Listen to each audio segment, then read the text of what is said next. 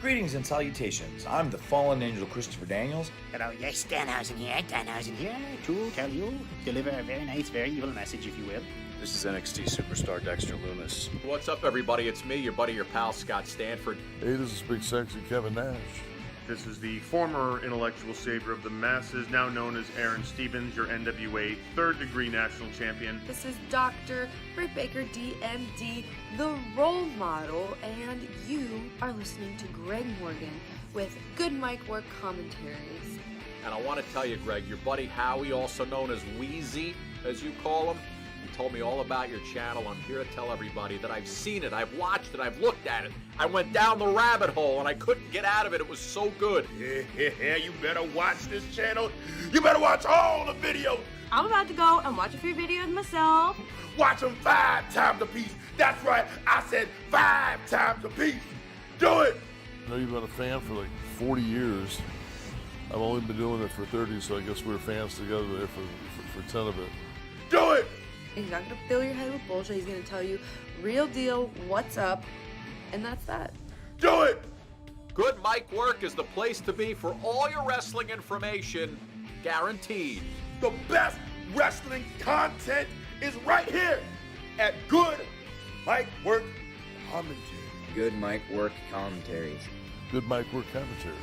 Good Mic Work Commentaries. Check out Good Mic Work Commentaries. Good Mic Work Commentaries. Check out Good Mic Work Commentaries on YouTube. Subscribe, share, love, like, poke, whatever you need to do. If you don't, we're gonna have a problem. Love that Danhausen, love that Good Mic Work Commentaries. Do it now. You're welcome.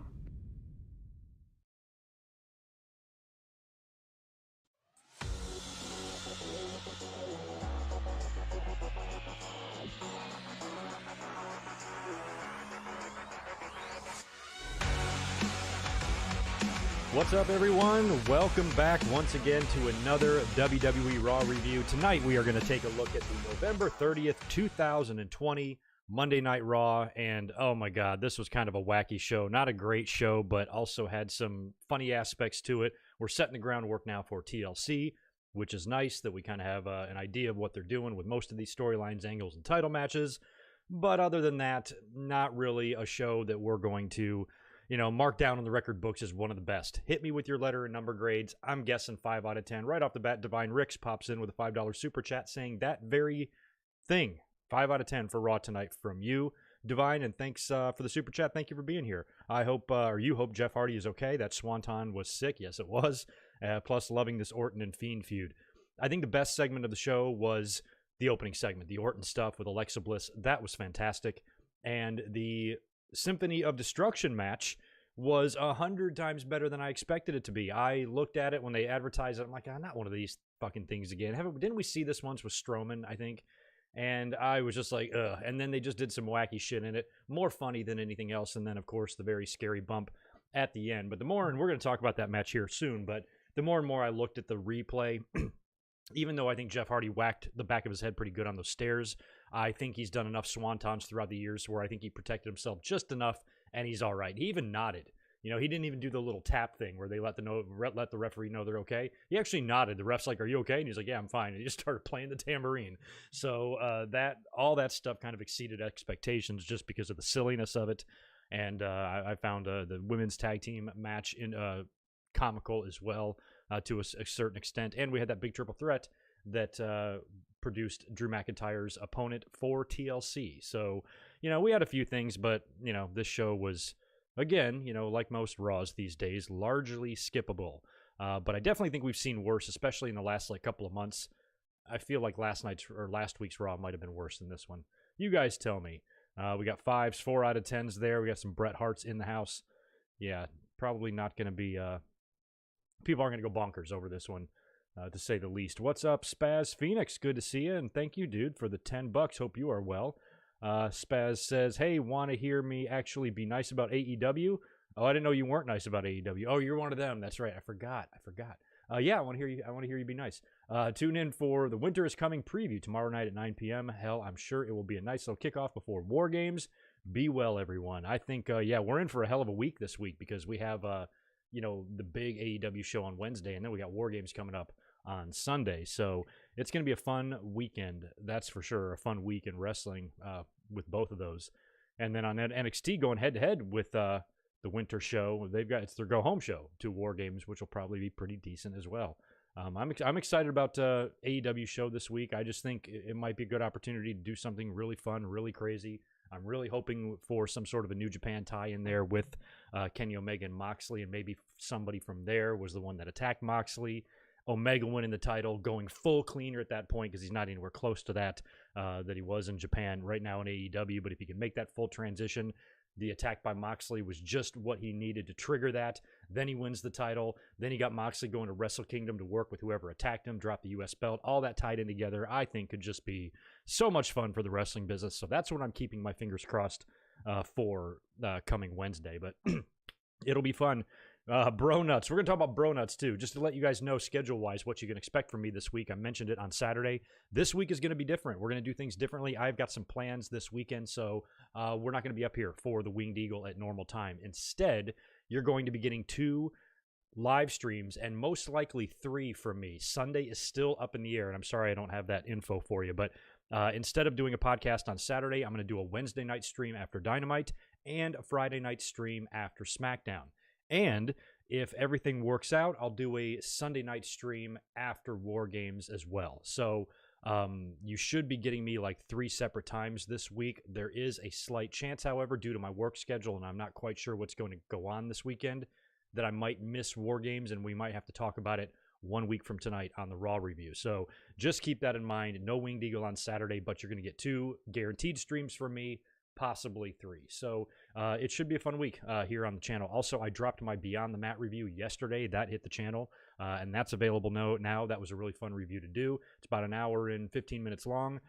Pretty extensive review, and we went into detail on a lot. So check that out as well. Please show it some love, share it, give it a like, all that good stuff. So thank you, Spaz, for segueing me into my schedule for you guys, because we always have to knock out some house cleaning stuff before we get into the results. One more super chat coming in from Chris Ludecki. Thanks, dude, for the $5. I appreciate it. I read Rick Steiner's son is getting a WWE tryout. Can you give me the mathematical percentage of getting him signed? I think Scott Steiner could give you a better mathematical chance rather than, or Scott Steiner's son rather than Robbie's. But I only saw a picture of him. Like I saw, he was a pretty big dude, and I think he played football. And it sounded like the, when I read the same thing, sounded like he was almost using wrestling as something to fall back on. Might not have been his true passion, but, that's the case with a lot of some of the best stars in the business. They kind of picked wrestling second, and look what happened. There's a movie star out there that's kind of big, Dwayne something. He kind of started like that too. So we'll see. Any second-generation guy or third-generation guy, I'm automatically going to just kind of root for. The Steiner brothers are awesome. So if he's got even one lick of the talent that his dad had in terms of, from a wrestling ability, he should be just fine. We'll see. Maybe he could, resurrect the dog-faced gremlin gimmick and put the earmuffs on and bark around, or maybe find a tag team partner. Who knows? Hopefully his chances are better than 33 1/3. No, I do not, Yo Keegs, have a Twitch channel yet, but I've been really, really thinking about it. There's so many things on my list that I want to do, but I've working on the channel stuff, getting videos ready for December and all of that, but I really want to start exploring Twitch. I want to start learning the platform. I need to start an account and just start looking around and just see how it works and everything, because I think that might be a good, second little home base for me to have, even though I'm not much of a video gamer. But I can certainly, hook up some classic NES games and stream a little bit of gaming on there just for fun. That's kind of what I've been saving that stuff for. I've been saying forever, I might stream some games. I think I'm saving that for whenever I join Twitch. So, that could come once I learn it, and I appreciate some of you who have sent me DMs, especially Barry and some others, giving me a few little tips about Twitch and how it works and what you like and don't like about it. But it seems like a pretty logical move forward for this channel. We've been kind of spinning our wheels. I don't even have an Instagram account. I barely touch Facebook, so it's really YouTube and Twitter. So it's probably time to do a little bit more.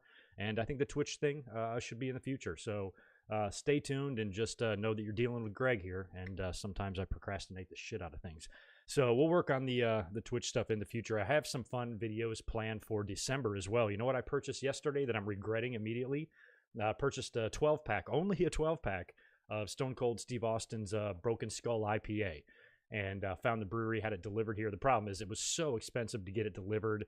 I'm buying it pretty much for a video purpose, so stay tuned. I've got a couple of fun videos, like non-podcast and non-review videos planned for December that I thought would be a fun way to close out the year and give you guys some fun bonus holiday content, shit like that. So there's a couple of ideas. One of them includes some Stone Cold IPA. So I'd say 2 and maybe even 3 special small videos are going up on the channel this month or in the month of December, kind of as an experiment. People like them.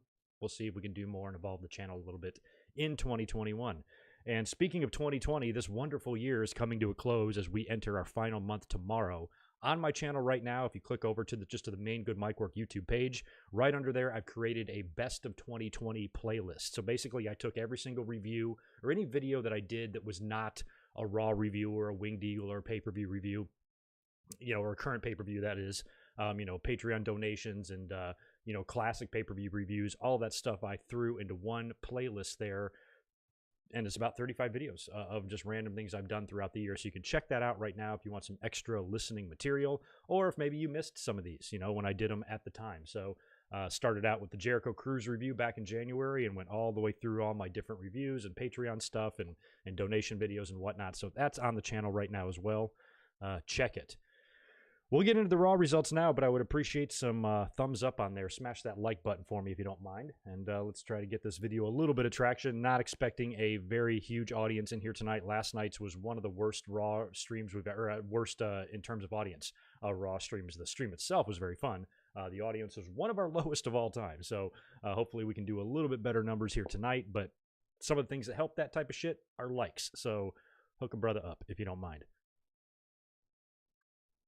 Now we can get into Raw. Let's start blowing through this. I only kind of zoned out a couple of times. I didn't see much of the Dana Brooke and Reckoning match, and I don't think we saw one. I also was not 100% sure if we saw a 24/7 title change in the Symphony of Destruction match or not. I know they all ran out there. I don't think we saw a title change, but I wasn't 100% sure either. So those are the only things I really missed, but for the most part, I stayed awake for all 3 hours here of some of this nonsense. But like we said, the show started amazing because we had a Moment of Bliss segment with Randy Orton. This was advertised earlier in the week. This was also advertised for last week, but they weren't able to do it because of the attack or whatever went on with Orton and The Fiend.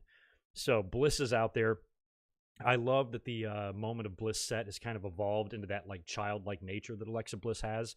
You know how she's wearing like little Oshkosh overalls and she got her pigtails out and everything, and she's sitting there and they've got these little tiny ass yellow chairs which just look silly. They look like they're in a playroom in a fucking church or something. So she's and I knew it was going to be interesting when Randy Orton came out there. I'm like, if the Viper sits in one of these chairs, I'm quitting wrestling. I knew he wouldn't, but I was a little bit worried. So she brings out Randy Orton and she introduces him as the Legend Killer, as the Viper, and as her favorite wrestler. So she brings him out. He gets in the ring. Of course, he does not sit down in the chair. And he goes on to tell Alexa Bliss that he's known Bray Wyatt for a long time, but he doesn't really know, well, The Fiend. He hasn't got a chance to know him or meet him or interact with him very much up until recently. And he says that he needs to find The Fiend's weakness. That's what he needs to look for. And he says, I think I found it, looking right at Alexa Bliss. And, she kind of turns the tables on him. She's so great in this role because she's so fun and childlike and innocent in 1 minute, and then she can turn serious in another. The way she asks Randy Orton, she goes, maybe you should ask yourself, why is the Fiend attacking me? And that's when he says, you might be my ticket to getting inside the head of the Fiend. And then the lights go out and he goes, see what I mean? And then they go out again and she's like, see what I mean? That was great. And then all the lights go out. You hear the loud screeching. The red lights come on and Randy Orton is holding Alexa Bliss in his arms. And you can see the Fiend. He's kind of like twitching and shit. And he's like, give her to me. Like he's begging pretty much Randy Orton to give Alexa Bliss to him. And then they just, in this amazing visual, the funny thing is, I actually think the red lights kind of got in the way. I would have liked just to see this, in the regular Thunderdome. The visual of Randy Orton just holding Alexa Bliss and then just passing her over to the Fiend, and he's freaking out until he can get her in his arms. And Randy Orton hops out of the ring and he smiles. He's like, who's laughing now? Basically like, I got you. Now I know how to get to you. It's through Alexa Bliss. I'm going to do it the very same way you thought you were going to get to Braun Strowman. That's how this whole thing was born.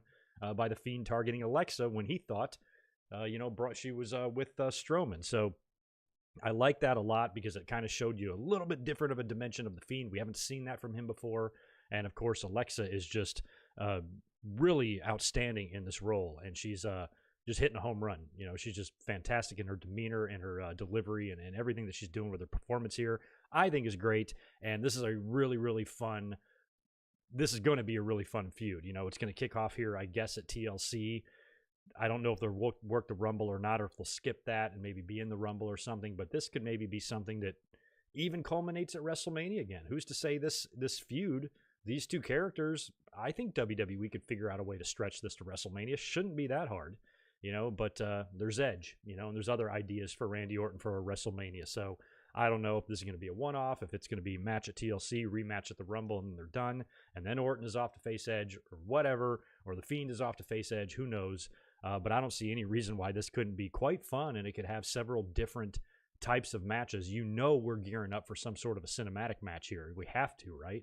Eventually, maybe not right at first, but all that stuff was great. I liked the whole segment there. I like that Randy Orton is, he's weary of the Fiend, but at the same time, he's not showing the same amount of fear as some of the other people that have come into contact or wrestled the Fiend, because Randy Orton's a sick son of a bitch in his own right, and now you got two guys that are going to try to kind of outdo each other, and that's going to be fun. So we'll see. Randy Orton right now is not doing anything physical to Alexa Bliss. He's just kind of letting the Fiend know that he can get to her if he wants. I don't know if Randy Orton's going to eventually punt Alexa. Maybe he will. If it gets really gnarly, if they take this in a dark direction, maybe if the Fiend infiltrates Randy Orton's home and they catch him on camera. Does Randy Orton have any kids? I think he does. He has any young kids, just have the Fiend sitting in a rocking chair in the kid's bedroom while the kid sleeps, eating a box of Pop-Tarts. And then Randy Orton can go ape shit. You entered my home. You violated my privacy, and then he kicks Alexa Bliss's head off. You might need a PG-13 rating for that type of shit, or TV-14 rating, I should say. But who knows? We'll see where it goes. I'm excited for the possibilities because both these guys are good. They're almost too good. The three of them, Orton, the Fiend, and Alexa Bliss, are so good that I think they have a chance to survive despite WWE's tendency to really fuck things up. So if WWE starts doing things that don't make sense, maybe their performances will be so good that the fans will almost look past it. Because so far, so good with all that stuff. Alexa on a pole match. I don't know if we should be doing that. Not quite yet. Poor Alexa. She'd be hanging up there. What do they get to do if they get her? Use her as a weapon? So I don't know. I think it would have to be, I don't think Alexa on a pole would work. I think it would have to be a ladder match with Alexa hanging from the top and the winner retrieves Alexa. That would be fun. Don't give them any ideas. They just might. So anyway, our first match of the night was essentially what I guess is the blow-off in the whole saga of Jeff Hardy and Elias, and this whole stupid angle that nobody gave a shit about anyway has been dragging on way too long than any of us cared to see. So they've had several matches. Jeff Hardy, I think, has won most of these, and now it's going to be a Symphony of Destruction match. I feel like they've had one of these before with Braun Strowman because I remember him crushing Elias under a piano or some shit. Remember he played the big giant cello like a guitar. So I know they've done something similar here. So they just had all sorts of instruments, a big gong, tons of, guitars and ukuleles and all sorts of dumb shit. And I think a piano might have been out there as well. So they're battling all over the place. All the 24/7 guys come out there and get involved as well. And they kind of get involved in it. And the whole thing is just kind of stupid. I'm looking at it almost in disgust because I'm like, this is so dumb. But then it got so dumb, it got good. And they've got, I'm assuming these instruments are all just gimmicked and put together and everything because you've got one guitar snapped in half and Elias has got the handle to the guitar. And you got a big speaker out there as well. And he goes to stab Jeff Hardy with the guitar handle, but Jeff moves, he stabs the speakers, sparks come out and he gets electrocuted and he just starts shaking. Very Home Alone Part 2-ish. And that was hysterical. And that's when Jeff Hardy was able to then get Elias onto a table. And this was actually really scary. He sets up, you've never seen this done before. He sets up a table in the corner, like when the wrestlers come out to the ring where they make their entrance and usually the set of stairs that's off to the left there that they climb up, That's where he set the table up, but he left the stairs there, so he just set the table up right in the corner at the foot of the stairs, and then he climbs up to the top on the turnbuckle and lays, first he lays Elias on the table, and then this is so dumb, he takes all the little ukuleles and tries to lay them on top of Elias, so he basically has to hold them in place, which just looked ridiculous. And then Jeff gets up to the top rope, and he's on the turnbuckle, and he jumps into the corner, swantoning Elias through the table on top of all those ukuleles. But as he's coming down, the back of his head smacks the last step on the ring steps pretty hard, and he immediately kind of grabs his head. Referee asks him right away if he's okay. He says yes, and he pins Elias for the win. So Jeff Hardy got the win there, and as soon as the 3 count hit, probably my favorite visual of the whole night, the referee counts 1, 2, 3, asks Jeff if he's okay. He says yes, and he's got a tambourine in his hand, and he just starts playing the tambourine. Regular Bob Dylan. Fucking loved it. So that was really kind of disgusting me at first during the first half of the match. By the second half of the match, I was loving what I was seeing. The electrocution was too stupid to be mad at. It was more hilarious. It was one of those so bad it was good things.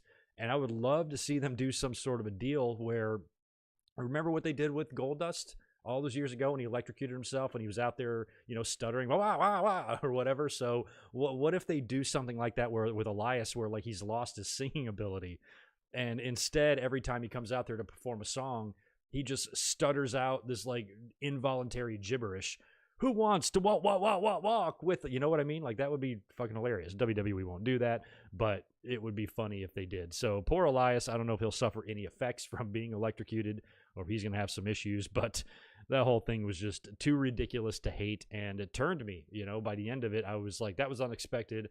I didn't expect to see half the shit we saw in that match. I thought it would be just a dumb gimmick, lame gimmick match that we would fall asleep during, and it was anything but. So way to go, guys. Hopefully that is finally the end of Jeff Hardy and Elias. And now Elias can come out to the ring, sing a song, and just be interrupted by somebody else and start a feud with them, which will happen next week. Mark my words. Maybe 2 weeks if he needs to sell the electrocution. You would think if you get electrocuted, maybe you take one Raw off. Just an idea. Retribution is back at it. We haven't seen these guys in a while. I guess somebody said they worked a main event. That's just remarkable.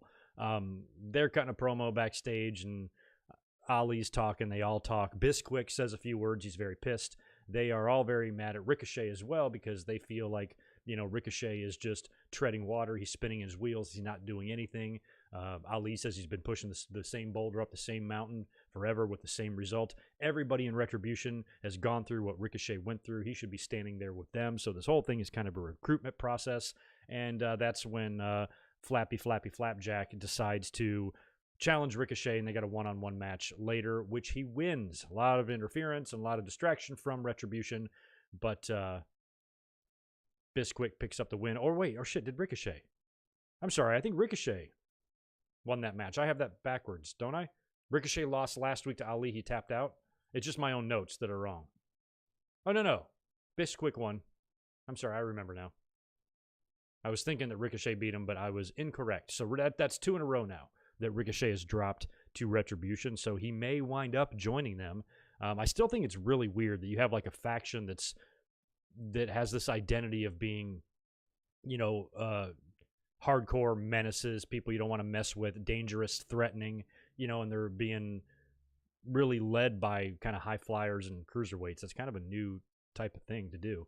So anyway, that match was pointless. I don't care about Retribution at all, and I don't care what Ricochet does. After that, we had a Miz TV. Miz and Morrison were in there with Sheamus and McIntyre. They're in a tag team main event later on against these two guys, and they both kind of had segments and interviews prior to the main event match. They start talking shit to him, which led to a beatdown. They both attacked him, and I didn't pay much attention to it. I just know that Miz hit him with a briefcase, and Sheamus was down, and they were both stomping him. I don't know if he's turning babyface or what here. I have no idea. And Drew didn't come out and help him. Later on, he approached Drew backstage and kind of gave him shit. He's like, where were you? And he's like, oh, man, I thought it was kind of funny or whatever, which I kind of liked because a lot of people have been saying positive things about the on-screen relationship between McIntyre and Sheamus, and they've been saying that they like it and they don't want WWE to go too fast with what appears to be an inevitable breakup and a match and all that kind of stuff. They kind of like the bromance backstage, and it is realistic. You know, they've been friends for a long time, so there's that natural chemistry there. And, you know, that is real. I have plenty of close guy friends that I would not help out in a fight, you know, because they're fucking idiots and they got themselves in this situation, they can get themselves out of it. There's other guys that I would definitely jump in for, but I have plenty of friends like that. I just kind of thought it was funny when McIntyre was, when Sheamus was like, you think it's funny? And McIntyre was like, yeah, it kind of was when you got beat up by Miz and Morrison. So I can kind of relate to that because, you know, I've been to bars before where one of my friends is like, I'm like, if he gets in a fight, I ain't helping him. He's a fucking asshole. So we'll see what that leads to. But I thought that whole thing was pretty funny as well. WWE with a remarkable troll job here in the next match. We've got Asuka and Lana taking on the women's tag team champions again. Shayna Baszler and Nia Jax. They scored an upset victory over them last week. They're facing them again. Usually the story goes you beat the champs and you get a title match. This is still, I guess, a non-title match. And they interview Asuka and Lana backstage at Gorilla prior to the match, prior to going out. Asuka cuts an amazing, you know, Jake the Snake Roberts-like promo and says that they're going to beat Shayna Baszler and Nia Jax. Then her music plays, and then she heads through the curtain.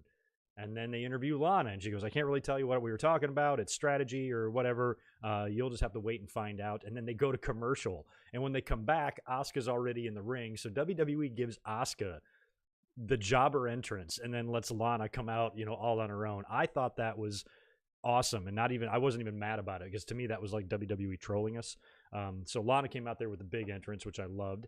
And she got her ass kicked most of the match against the tag champs there. She was getting beat down a lot, but escaping every single time. Finally, Shayna Baszler locks her into the clutch, kind of near the ropes, and Asuka comes flying in, I think with some running knees or something, takes out Shayna Baszler. Lana, who's basically unconscious now, just flops and lands right on top of her and gets a 3-count pinfall victory over Shayna Baszler, and Asuka and Lana beat the tag team champs again. So one would only assume this will probably lead now to a title match. They could just bust this out on Raw or throw that shit on the kickoff of TLC. Because after 2 victories in a row, I can't see Asuka and Lana doing a third one and actually winning the tag team titles together. They are teasing some dissension, more dissension that is, between Nia Jax and Shayna Baszler. You know that eventually is going to implode as well. They've just been barely been able to get along with each other ever since they've been champs anyway. So I don't think, since they've already beaten them twice, when the match finally happens, they'll get it done. But who knows? All that was kind of funny. The jobber entrance just had me laughing my balls off. Let me knock out a couple of super chats before we get into Cedric Alexander and Xavier Woods. Ricochet's finger lube. All right, welcome back, man. Appreciate the $2. Do you think 2021 will be better than 2020 for WWE? I think it has to be. It definitely has to be. I think just the pandemic and COVID just wreaked havoc, and it took WWE a while to figure out, okay, what do we do when we don't have fans? You know, we had to go a lot of those months there with a lot of really quiet, empty arena matches. WrestleMania was just, I don't think I'll ever go back and watch it again, even though it had some interesting matches there, you know, Orton and Edge and Taker and AJ and Cena and Wyatt and all that stuff. It's just, it's not a good memory. And it took them a while before the Thunderdome concept was brought up and everything now. So now if you go into 2021, and we're still dealing a good portion of the year with the pandemic, at least WWE knows what to do now, and they're pretty much rolling business as usual, where, you know, last year was a clusterfuck. I mean, 2 weeks, 1 week, or whatever it was before WrestleMania, it was canceled. It doesn't get any worse than that. WrestleMania has never been canceled before. So 2021 can't be worse for WWE. So my answer is yes, it'll be better. Off Leather Wings, appreciate the $5 in the Rumble match. What if everybody is eliminated before 30 comes out? Why have they never done that? Why have they never done that? Out of all these years, 33 plus whatever fucking Royal Rumbles we've had, that's a new one. Like, if 2 guys eliminate each other, does that mean 30 gets a free win? I would think so. Yeah. That would be great. We've also, you know, another thing we've never seen an empty ring. And I know that WWE probably ideally wouldn't want to do that because you're guaranteed then to have like 4 dead minutes in the middle of your pay-per-view. But still, just to say it's been done before, you can have that same situation where 2 guys eliminate each other, you know, like the Bret Hart and Luger thing. Like, what if the Bret Hart-Luger finish would have happened prior to number 30 coming out? And number 30 was the gigolo Jimmy Del Rey. and he comes out, and now it's Yokozuna versus the Gigolo at WrestleMania 10. Like some sort of crazy ass scenario like that. You could also do that in the middle of the match where you just have an empty ring for a few seconds before the next person comes down. But then you got another 2 minutes there, full 2 minutes, where that competitor then just stands in the ring and does nothing. So if it's the right person, like it's an R-Truth, or it's an Elias, or it's somebody that has a shtick, or has somebody that can burn 2 minutes of time in an entertaining way, that might be awesome. It would be a great way to debut somebody. That would be a great way to debut somebody, because they could have essentially then they could cut a 2-minute promo in the middle of the Royal Rumble.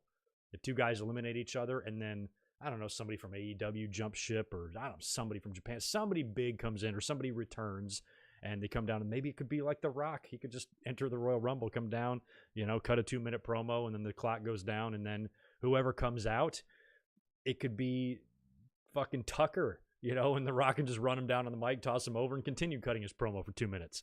And then, and then you do this near the end of the match to where Rock comes out like 27, tosses out Tucker, tosses out, I don't know, some other jabroni, and finally he's in the ring all by himself, waiting for number 30. Like how fucking awesome. And then Roman comes out face to face, tosses Cousin over the top rope. I don't know. This would have to be a year from now because Roman wouldn't be in the Rumble because he's champ. But something awesome like that, I'd be into that. I love that idea. Off Leather Wings. That would be a good fantasy booking idea for a video. And thanks for another, dude. Thanks for 5 more after that. I also started going to wrestling school for referee. Any favorite ref memories? Oh, wow. You're going to be a referee. Yeah, my buddy Daniel. I don't know if he's in the chat. I know I owe you a phone call, dude. You called me today, actually. Sorry, I missed your call. He was a referee for many years in the Carolinas. My favorite ref memories, the Joey Morella stuff at WrestleMania 3. One-man gang beating the shit out of referees and getting suspended. A lot of Earl Hebner stuff, the double referee thing with Hogan and Andre on NBC. And then a lot of the Earl Hebner stuff that he was doing in the 2000s there. He did that spot in so many matches with Triple H that dated all the way back to like 1995 or 1996, where Triple H would shove Earl and then he'd hit the ropes and he'd come back and he'd shove Triple H. They did that spot through every single persona change that Triple H had throughout his whole career, from the Blue Blood to DX to the Cerebral Assassin, all that stuff. They would always do that spot together. Earl was very involved, and of course he was involved in the screw job. Other than that, I'd probably have to think of some other random ref memories. A lot of good memories from some of the guys in the NWA and NWCW, like Mark Curtis or Brian Hildebrand. He was a joy to watch. They fired, I think, Pee Wee Anderson on Nitro or something, did something fucked up with him. Nick Patrick was a son of a bitch, never liked him. Timmy White always did fun things as well. Got injured, was never able to ref again. Good luck, man. Good luck with that. Referees are more important than they're given credit for these days. Nowadays, they don't even really acknowledge the referees. Back in the Attitude Era, I knew who everyone was. Not only would they mention their names on commentary a lot, you just knew who they were. I don't know who anybody is now. To me, this is how much it's changed. Back in the Attitude, I'd say 25 years ago, I was aware of who was wrestling in the match, who the referee was. Everything was, I was paying attention to everything. Nowadays, when I watch a wrestling match, referee's invisible. I don't even notice if it's a man or a woman half the time. I just tune them out, and it's weird that that's what we've evolved to. But they're an important piece of the puzzle there, and I kind of wish they would incorporate them a little bit more. Sometimes they use a funny ref just in a random angle here or something like that, but they never, they never follow through with it.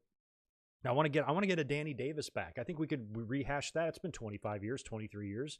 Do something like it. I know we've had corrupt refs. I think even Scott Armstrong was kind of like that for a while, right? And Brad Maddox did some stuff, but like have an actual referee, that's like a Danny Davis like referee that turns batteries dirty or something like that, and I don't know, and run with it.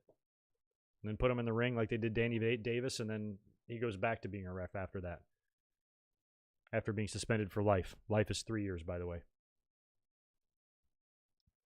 That's a good one. Chick Magnet Josie. These are the type of ones that I won't remember until somebody mentions them.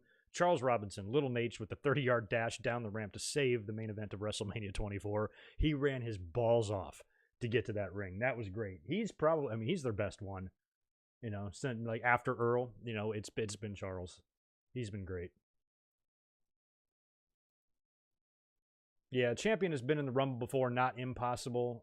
And based on the fact that last time, too, it was done, it was Roman, wasn't it? Didn't he have to defend the title in the Rumble, and then he lost it? And I know Brock has done it as well. So I could see Paul Heyman making that case for Roman. He can beat anybody. He wants to show everybody he'll win the Royal Rumble, too, or whatever. I think it would be more fun for Roman to have a match at the Royal Rumble and win that match and continue his, dominant reign as champion before he finally hits the roadblock, hopefully at WrestleMania. But, Brock, I think with Brock last year, I felt like they were running out of ideas. And so they just brought him out there to get thrown out and as a way to set up his WrestleMania match. I don't think you need to do that with Roman. I think there's way more you could do, but who knows? But basically, your point is it's not out of the question, and you're right. It's not. They could do it. Where did we leave off on the Raw results? That's right. Cedric Alexander and Xavier Woods is up next. So the New Day came out to cut a promo. They were all over the show as well. They did a promotional spot for some Christmas merch as well. They're coming out and cutting a promo, talking about the Hurt Business, how they've been unsuccessful every chance they've had to win the tag team titles. And I guess there's a one-on-one match scheduled with Cedric Alexander against Xavier Woods, which on paper sounds really good.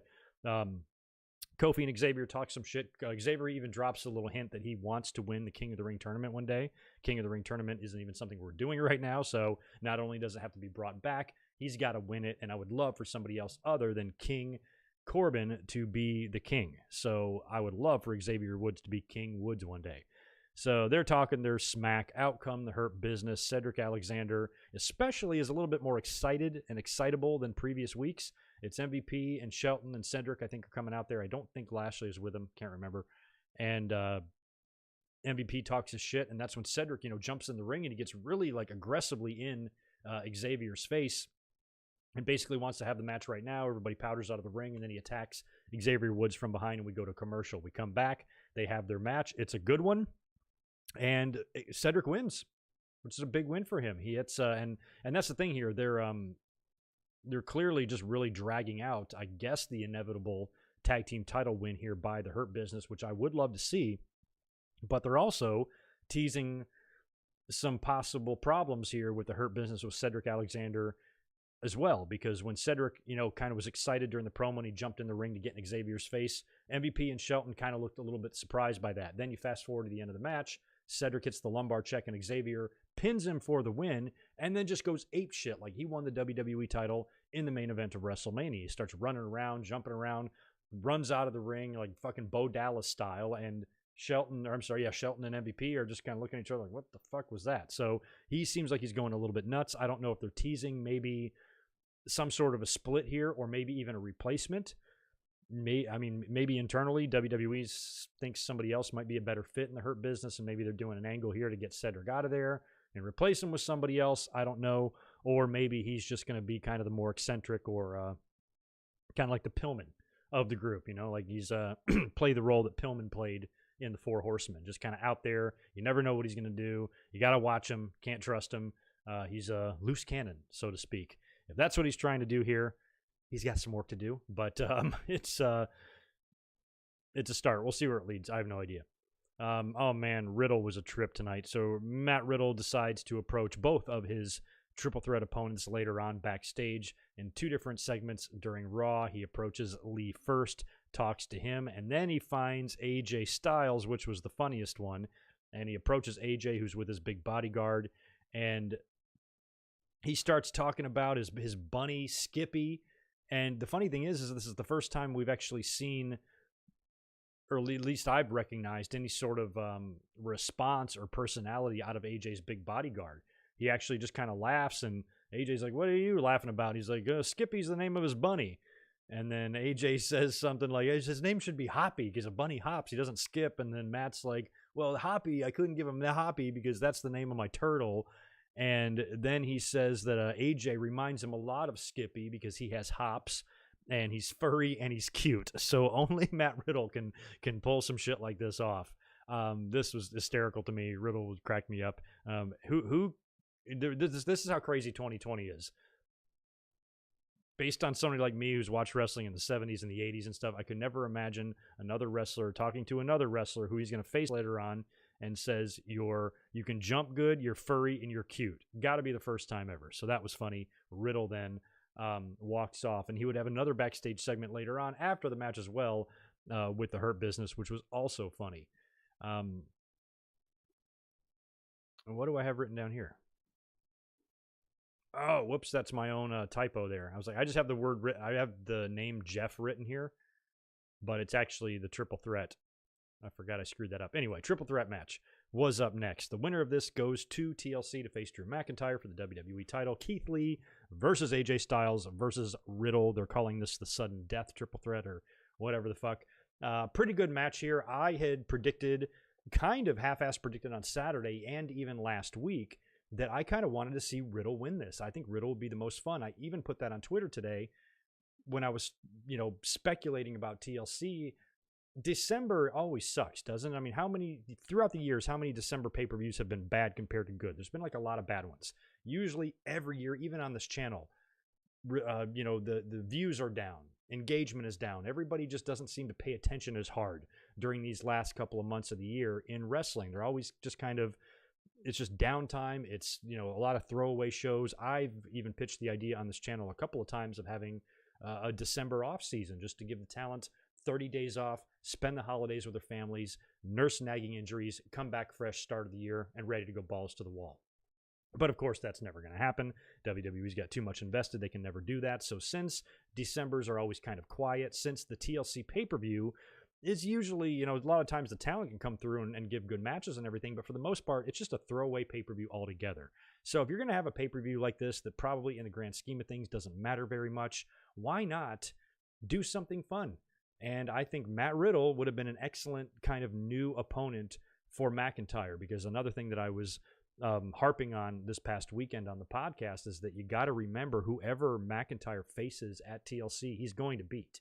He's not going to lose 3 pay-per-views in a row. WWE probably is going to keep the belt on him until WrestleMania, which means he's going to have to win everything between now and then. So whoever he faces here, he's going to beat. We've already seen him face Keith Lee a couple of times on Raw. Plus, it's another babyface match and between two guys that are friends and have respect for each other, and we've already seen it. AJ Styles, and this is what you guys have to help me with here, AJ Styles, I was assuming we had seen a bunch of times before, just because they've been both in the company and, for a few years now. McIntyre's been on the main roster for a few years. AJ's been there for 4 or 5. Certainly, they've had 75 different Raw matches that I can easily go on YouTube, which is what I did. I went to YouTube and I searched AJ Styles versus Drew McIntyre and couldn't find anything. I think I found a triple threat match and maybe a tag. Have they really not worked at all? That fucking blows my mind. AJ is actually the most logical choice here to win this match because, like I said, Drew's beating whoever he faces. So Drew needs a good quality opponent, preferably a former champion, to beat on his road to WrestleMania or whatever. So AJ Styles makes the most sense. It should be AJ, but I thought Riddle would just be fun because the match would be fun. It would be different. Riddle's really kind of getting over a lot with his backstage stuff and his antics and some of the promos he's cutting. It might just make for an interesting dynamic. I mean, it's 2 baby faces, but Drew, even though he's a baby face, he's only going to be able to handle so much of Riddle, of his bullshit and his bro and all this and all his pitches and his business ideas like bro nuts and everything. Eventually, he's going to get his head claymored off.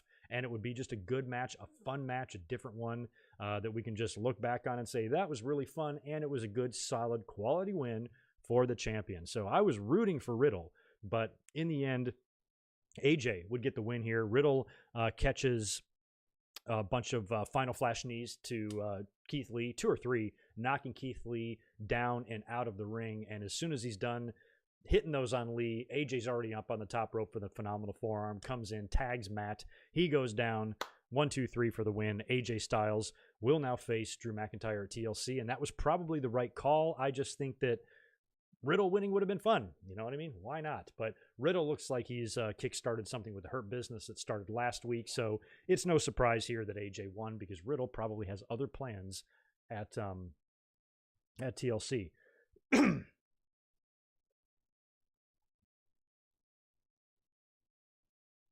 Oh, seeing if you guys had any info on the McIntyre and AJ stuff. Yeah, I'm very curious, ASAP Crumb, about WrestleMania as well. I was supposed to be a part of it. It's going to be right here in LA. It was going to be so much fun. I can't see how that's going to happen now. California, we still have a ton of restrictions. I can't see this shit, vaccine or no vaccine, getting worked out by early April. I got a Hawaiian vacation for the same week planned that's also up in the air now because some of the islands of Hawaii are now, restricting travel again. So next year, probably the first half of the year is going to be a mess for all of us. And I think by the time we get to the summertime, we turn that corner and start going in the right direction. That's at least what my hope is. But man, I wouldn't want to be in WWE right now just with that uncertainty. You know what I mean? You have no idea. Imagine that. You're just a couple of months away from WrestleMania and you don't know where it's going to be and when it's going to be. WWE could still even move the date. Do not rule that out. It does not have to happen on the actual date. So if they see, a little bit more light at the end of the tunnel, let's say a month later, maybe they move it to May, or something like that. So that's a possibility too. Who knows? I don't like all this uncertainty. I want to go back to when we were certain about shit. Remember? That was great. And I think Tampa is a very likely possibility as well. I'm hoping, to be honest, that they will do that and keep it in Florida and just go to Tampa, just so I don't have to deal with the strict. Because if WrestleMania is here, it's going to be like, I'm going to want to go, but I can't go, and it's just going to be all weird for my brain. So I'd rather them just keep it in Florida, and that seems like the likely option there. Tampa lost WrestleMania last year. Florida doesn't give a fuck. There's 60 million morons living down there, so they can just put it in Tampa, have people there. Vince can get his fans, and you can just run Mania there, maybe at a limited capacity, similar to what the NFL is doing or similar to what AEW is doing, and at least have something, and you can have that spectacle that you're looking to have. Maybe they can it would still look weird. One of the best parts about WrestleMania is the visual of the audience. So even if you're doing a socially distancing WrestleMania, the blimp shots aren't going to look that impressive. I wonder if they will do a mixture of like Thunderdome and fans. Like if every fan will have 4 Thunderdome screens in between them. That would be quite the undertaking to put something like that together for a WrestleMania set, but we've probably seen crazier. And you do that whole thing for a whole stadium to where you got social distancing, but you still have a face where every seat would be. It would look weird, and the fans would fuck with those things and short them out and piss on them and do all sorts of stuff to them. They definitely would not behave or whatever, but I don't know. I don't know. My guess is as good as yours for anything regarding WrestleMania. I think a lot's still up in the air. Yeah, Wesley, I think that's obviously, Drew's just flat out not dropping the belt at TLC. It didn't matter who they put in front of him. He was beating that person no matter what. That's why I think AJ Styles is a really good choice, because he's a multi-time former world champion and good quality win for Drew.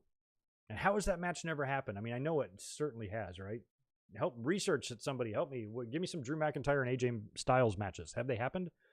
And why haven't they? I just assumed like that. One of the reasons why I was just discounting that in my head and I wanted to have some fun with Riddle is just because I assumed, because everybody wrestles everybody, there's very few matches in the company that we haven't seen. Not only did I think they have wrestled before, I thought they wrestled like 1,000,000 times, and turns out that's not the case.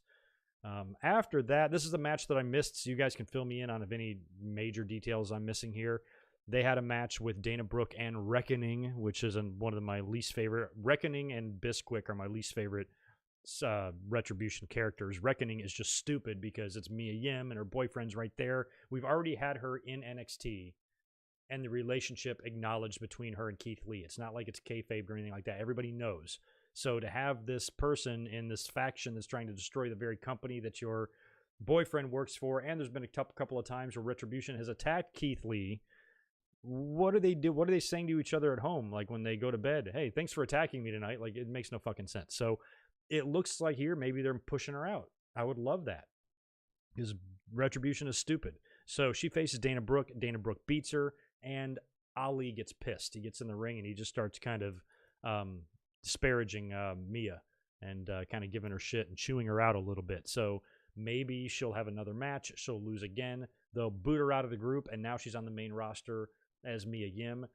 Maybe they it's kind of a group deal where she does something else, Retribution kicks her out, and maybe, because you can't really attack her because you got all males in the company, or males in the faction, excuse me. So maybe you have a female replace her. So you have another, I don't know what happened to Mercedes Martinez. Maybe they bring her back or whatever. Have the new female come in, attack her, get her down, beat her down, And then Retribution stands over her while Ali cuts a promo, and that's when Keith Lee comes out, makes the save, kicks the shit out of all the Retribution guys, and helps up Reckoning. And then the next week she's out as Mia Yim. And now you got another strong woman on your women's roster, Mia Yim, not Reckoning. And that would be a good way to get out of all of that. So she can be on the main roster now, and they get out of that deal with her and Keith Lee being together, not making any damn sense, and you replaced her with somebody else. Because I think Mia Yim's much better just being Mia Yim than Reckoning. Reckoning is stupid. So that appears to be what happened there. Oh, Mia's mask fell off like 10 seconds into the match. I didn't even notice that. I just wasn't paying attention. I was walking around. As soon as I saw Dana Brooke come out, who Dana Brooke I love, by the way, but when she has a match, I kind of go over there. So I got up and just did some stuff, and I wasn't really paying attention to that match. But I know she won, and I know Ali got pissed. That was it. After that, we go backstage to Miz and Morrison approaching AJ Styles, congratulating him on his big victory. And lucky AJ, he is gifted with a delicious peach pie, as AJ says. It's probably a Georgia peach pie, because AJ's from Georgia. And what better way to celebrate a victory? I know whenever I did well in any sort of athletic game or had a good performance in any form of athletics, I usually sat down and enjoyed a giant peach pie after. Why wouldn't you? So it looked good and it smelled good. And AJ's like, wow, a peach pie. And he's like, hey, I can see right through this bullshit. You've got the money in the bank briefcase. You are trying to find people to help you take out Drew McIntyre. You know what? I'm going to do it. I'm going to help you. And he's like, wow, I didn't know it would be that easy to convince you. He's like, hell yeah, because it would be much easier to beat you for the WWE title at TLC than beat Drew McIntyre. And Morrison goes, that's kind of true. That was fucking crack me up.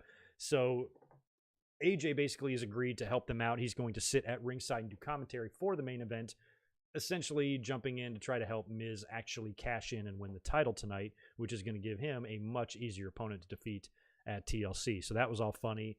And they start to leave, and AJ's like, no, leave the pie here. And he takes the pie. And then his bodyguard, who we saw laughing earlier on about Matt Riddle's furry little bunny rabbit or whatever, he says, oh, cupcake. And he calls the pie a cupcake. And I don't know. So we've now gotten a couple of lines of dialogue out of this bodyguard.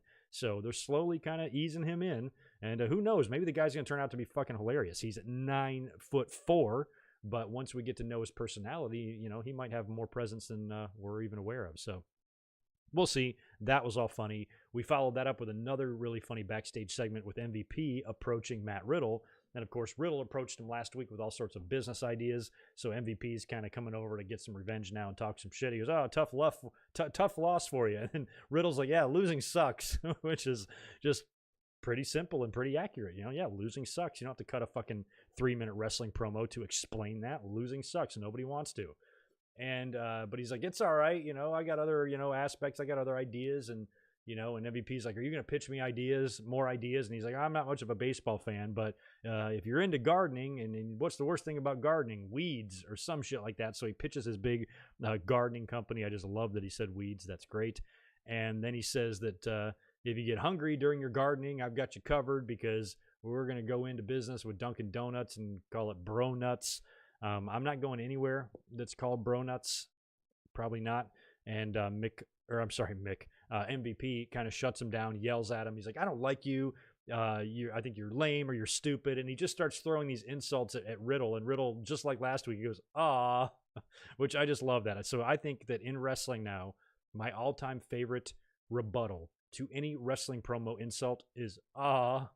I just wish that's what everybody said, because that was fucking funny. So that was great.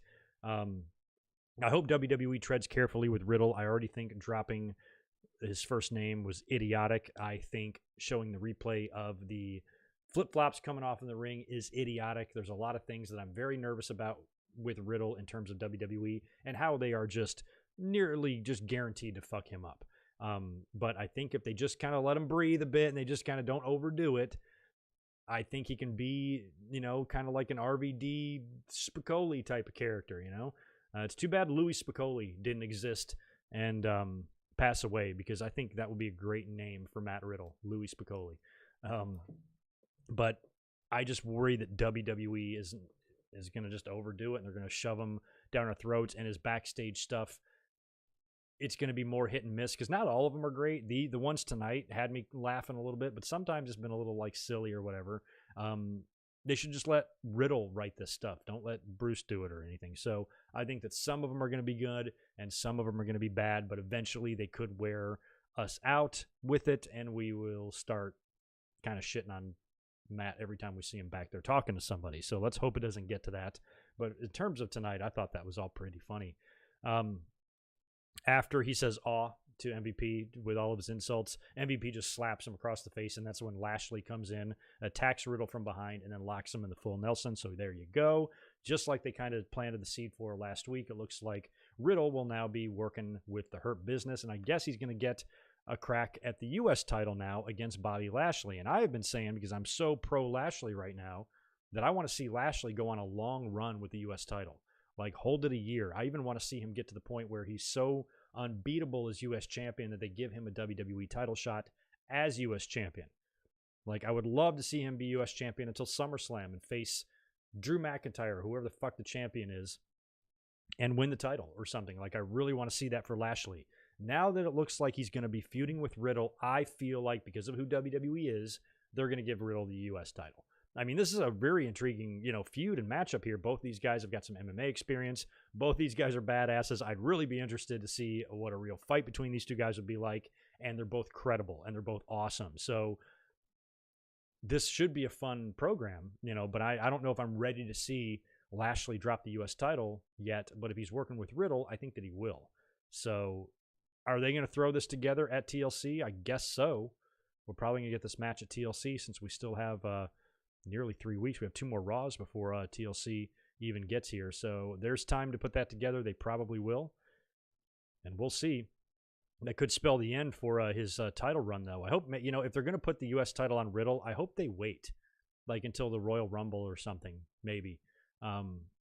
Have Lashley retain first and then Riddle win it later. Just try to stretch out Lashley's run as long as possible. Plus, if for any reason the Hurt Business are going to wind up, because it looks like this feud is still ongoing, wind up winning the tags from the New Day at some point, I would like to see the visual of all the gold with the Hurt Business, at least for a little while, at least for 2 or 3 weeks before somebody drops their belt.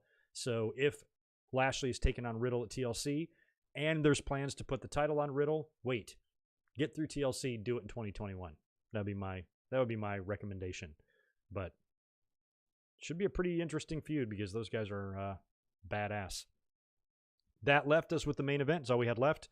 Drew McIntyre came out first. He was interviewed in the ring. He hasn't talked about his match with Roman Reigns yet that he had at Survivor Series. He came up on the short end on, and he had to kind of explain himself there. And he talked about how he made a believer out of Roman. Roman came into the match very confident, but as the match went on, Roman realized he couldn't beat him, and it took cheating to win and all this bullshit. So did his best to try to save face there. To me, Adam Pearce did more damage to McIntyre than Roman did last week. So McIntyre hangs out there. He stays there, allows Sheamus to come down and join him in the ring, and they have the tag match against Miz and Morrison, which is just a clear mismatch here because if Sheamus and Drew think they're on Miz and Morrison's level, they are crazy. AJ Styles was out there on commentary as well. Match is what it is. It's exactly what you'd expect out of these 4 guys. They all do their things. They get their shit in, do their deal. AJ Styles winds up jumping off headset, getting in the ring, hitting a phenomenal forearm on McIntyre, I believe, and getting Miz and Morrison DQ'd. And they look kind of pissed off about it. They're like, oh, you got us DQ'd or whatever. He's like, no, man, cash in your shit. Like, let's continue the attack. So the 3 of them continue to put the beat down on Drew McIntyre. And that's when AJ goes out to the outside. He grabs the briefcase, brings it in. He basically starts cashing it in. And he's telling the referee, Miz is cashing it in. This pisses Miz off. He takes exception to that. Oh, you don't tell me when I cash in. And then in all the confusion, he knew this wasn't going to happen. They're arguing. I think AJ actually does convince the Miz to actually cash it in, and he begins to go over to the referee and go over to the ropes to announce it. That's when McIntyre rises up. He recovers, runs across the ring, knocks Miz's head off with a Claymore, and has a little stare down there with AJ, who's like, oh shit, okay, hold on, man, hold on, or whatever. So the whole thing was just done to set up Drew and AJ. That's all this was. You never once tonight thought a cash-in would really happen, ever. This is not where they're going to do it. So we're going to get AJ and Drew McIntyre now for the title. And I think that's great because that should be at least a really good match on the card and predictable outcome as well with McIntyre retaining the title. That's what I think anyway. So there you go. That's pretty much your Raw in a nutshell. Like I said, okay show. I think everybody in the chat tonight that gave this show like a 5 out of 10 rating, that's pretty spot on there. I tend to agree with that. There was enough on here that isn't going to make me shit on the show and say it was the worst thing ever, because how can you watch what Matt Riddle does backstage? How can you watch Elias getting electrocuted and Jeff playing the tambourine and The Fiend and Randy Orton playing catch with Alexa Bliss? How can any of that translate into a bad show? It can't. So 5 out of 10, 5.5 out of 10. Maybe after I finish this beer, we'll go 6 out of 10. Maybe I'll give him another half a point, but all in all, we've seen worse. Put it that way. Sheamus versus Drew at the Rumble seems likely. I mean, at some point they're gonna split them. It's already. I don't know if they're gonna do a full babyface turn for Sheamus first, and then he turns and then turns right back to a heel again. I don't know how that works, or if they just have these guys implode before Sheamus can even make the full babyface turn. It could go either way, or they could troll us and just not do it at all. Just not do the split. Just have them be bros every week on TV. 2 years from now, 2022, we're like, man, are they ever going to split these guys up? Just do a Sasha and Bayley thing. It was the same thing with them, like, okay, when, and it never happened. So that might be fun just for a trolling perspective, because at the end of the day, do we want to see a Drew McIntyre and Sheamus program for the title? Sure, the two of them are boys. Personally, it's probably an awesome thing for them to do and to work together, but for the fans, do we really need to see that? Is Sheamus beating McIntyre for the title? He better not. I don't think he is. So, to me, he is just another opponent laid in front of McIntyre. It depends on how big they want to make this opponent. If they want to make him a Raw opponent to where sometime between now and WrestleMania, they do a split and McIntyre runs him over on Raw in a title match in the main event in between a pay-per-view or something, I'd be fine with that. Booking it on an actual pay-per-view, I don't know. Sheamus is a guy that I would expect to be like in an Elimination Chamber match or something like that. So I think whatever they do might have to be either at the Royal Rumble or on Raw, because where else are you really going to do it? That's what I think. So we'll see. But you know what? If they did, like I said, if they didn't break them up at all and they just continued to be cool with each other on TV, I'd be perfectly fine with that, because that's not a match that I really need to see or I'm dying to see. Oh, I can't wait till they break up. The matches are going to be so good. Nah, I don't give a shit. I don't.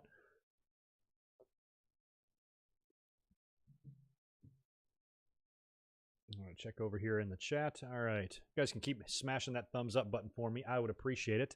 I'm not going to stay up too much longer here since we have finished up on the Raw results. I wasn't expecting tonight to be a super long stream because I knew the audience would be low. And we're just coming off the heels of a big, long holiday weekend here in the States with the Thanksgiving.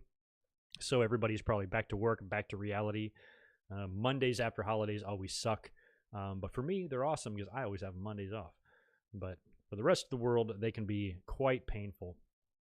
Now it's Christmas. Tomorrow is December 1st. Final month of 2020. It's almost here, y'all. It's almost here.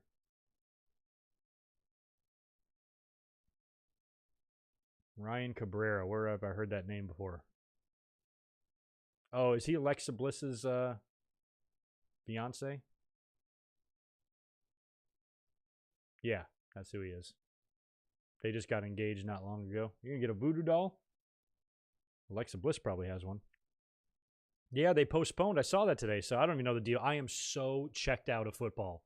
I have paid zero attention this year at all. I've probably watched an hour total of football the whole season. COVID, man. It's a mess. I can't get fully invested. I mean, football's really dwindled for me anyway over the years. YouTube really overtook that. Back in the day, Sunday was my day, man. I had it off from work every week, and I would wake up and I would watch the games, and I would go to my friend's house at night and I would hang out and just drink beer and watch football all day. And that slowly kind of changed as I got into YouTube here to where I just became a casual observer of the NFL. And now this year I ain't observing jack shit. I literally haven't. I don't even know what the standings are. I know the Steelers are pretty good. I think they're either undefeated or they lost one game. Kansas City's doing real well. Other than that, Pittsburgh, I think, might be 10-0. Other than that, I know very little, and I haven't watched anything. So if you would rewind until 2007, Greg, and repeat what I just said, 2007 Greg would shit his pants. He'd be like, say what? But it's the reality of it, man. I did not see the ratings this week. I didn't see that either. AEW or NXT beat AEW by 2,000 viewers.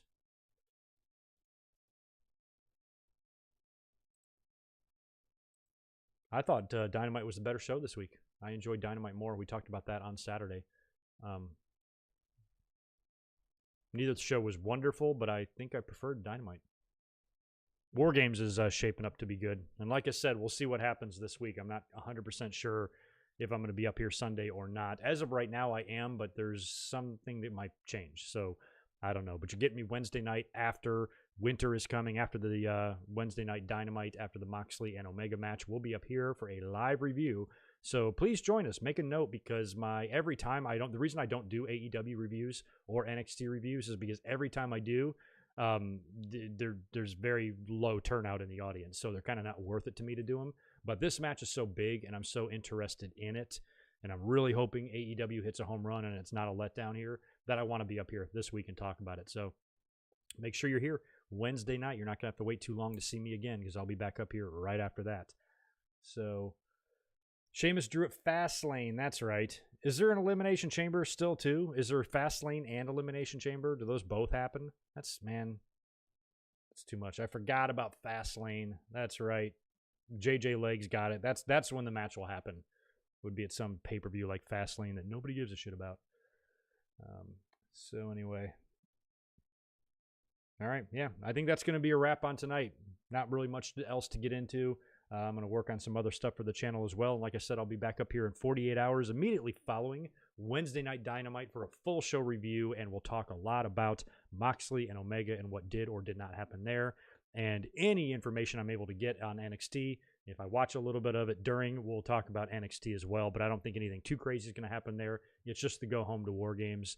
We'll just have probably a lot of final build to that, and that's it. I think Wednesday night is going to be primarily focused on AEW, because it should be a really good Dynamite. I'm looking forward to it. So I hope you guys enjoy the rest of your Monday evening. Thanks for hanging out with us here tonight, and be sure to be back here on Wednesday for another fun